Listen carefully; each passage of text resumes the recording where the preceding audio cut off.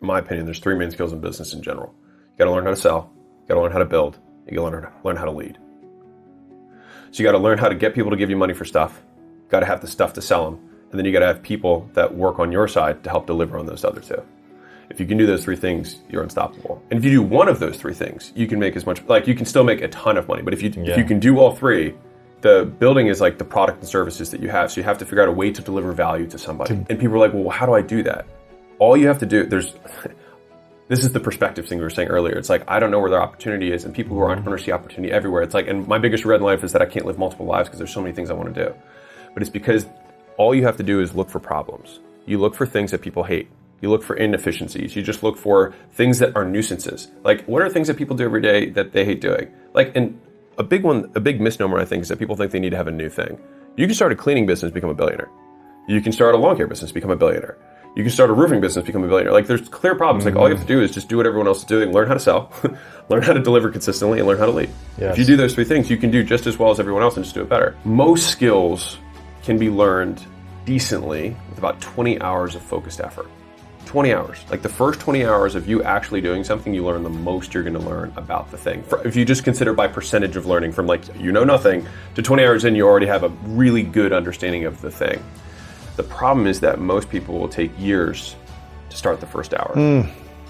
And so that habit that you're referencing is that my speed, at least now as I've gotten better at this stuff, is that like I try and detract the time from when I want to learn something or when I want to start doing something to starting it as soon as I can, because I just want to start getting through those 20 hours as fast as I can. Yes. And so that's just been a very tangible, because it seems like this amorphous thing, but there was a study that was done. There's like, in the first 20 hours, you can learn almost any skill. Playing guitar, running an ad, doing like you'll learn more in that first 20 hours than any other time. So it's like, then just get to that 20 hours and don't delay. Yes. And that's been one of the deepest lessons I've had, because it took me 4 years to learn how to build a website, and it took me 1 day to actually learn. 4 years to delay and procrastinate and say, I'm not a tech guy. I'm not a tech person. This isn't my kind of thing. I'm a gym guy. I'm a local business owner. I should pay somebody to do this. I'm above this kind of thing. Like all these stories, right? And then one day I sat down on a Sunday morning. I was like, I'm going to learn this thing. That first hour is you paying down the fear of uncertainty. It's all these fears of like not being enough. What if I feel stupid? Because you have felt stupid when you try to figure something else out. But like if you remember how hard it was to learn how to tie your shoes when you were a kid, right? Because it's like, I have to remember, and then this one, and the 2 bunny ears, the whole thing, right? But like now you can do it in your sleep. And it's just the emotions we have about beginning work, because of the judgments we're going to put on ourselves about how we're doing. But if we can remove the judgment of how we're going to do and say, I assume I'm going to suck, and all I'm doing is I'm going to start pulling the thread of this 20 hours. That's my only goal, is to start sucking. That's it. I just want to start sucking rather than nothing. I agree with you that I think it gets overcomplicated, and so we just have to boil it down to the first principles of the math. Like what math is required to make $1 million, right? Like we can either sell, $100,000, $10,000 things. We can sell $1,000 things. We can sell, and when I say things, you don't have to price your product at $1,000. Your just lifetime value of the customer has to be $1,000. Let's use $1,000 because it's an easy one. Okay, so 1,000 sales of $1,000. Yeah, exactly. So we have to do 1,000 sales. Now, how are we going to break that down on an annual basis? Because 1,000 sounds like a huge number. Well, it's about 3 a day, right? Like, okay, well, 3 a day is all of a sudden a lot more manageable. Yeah. And we're like, okay, well, what creates a sale? So at some point, to get set, I'm going to take one step before for 6 figures for anybody who's not there. It's like you have to sell, and this is again for business owners and entrepreneurs. If you have a job, then awesome. But like if you're trying to make money, you have to sell something to someone. That's it. That's all you have to do to get to 6 figures to do that. So that's one avatar, one medium, one channel, right? One product, one channel.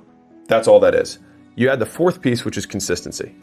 Right, that's what goes from 6 to 7. That's hard for people. And the 100%, because then you can tackle all the emotional or whatever it is why you're not being consistent. But from a math perspective, we just have to break down what are the primary actions that result in the output, right? And so if 3 sales means that I sell 1 out of 3 people who want to walk, or 1 out of 2 people who come for the dog walking. Okay, well then I need 6 appointments a day. Okay, how do I get 6 appointments a day? It's like, well, I have 6 ways that I can get appointments, right? I can get appointments from referrals. I get appointments from affiliates. So I make a deal with the local grooming place for dogs, or the local vet for dogs, or put my flyers up or something, or the urgent care for dogs, or Petco, like whatever. I mean, there's a million ways, right? Like I get one of those guys, I figure out how to deal with them, and I say, I'll give you the first 2 months of what they pay me to you if you just send them to me. Yes, more money for them, and it probably helps their customers because it's a need that they can't solve, but they have the same avatar. Cool. So you got referrals, you got affiliates. You've got, you could just reach out to people you know, just one-on-one, like, hey, I've got my thing. How, like, do you need help with your dog? You could reach out to people you don't know, which you can do through post-it notes, cold calls, emails, door knocking, like flyers. Yeah, all of those things are ways that you can reach out to people you don't know one-on-one.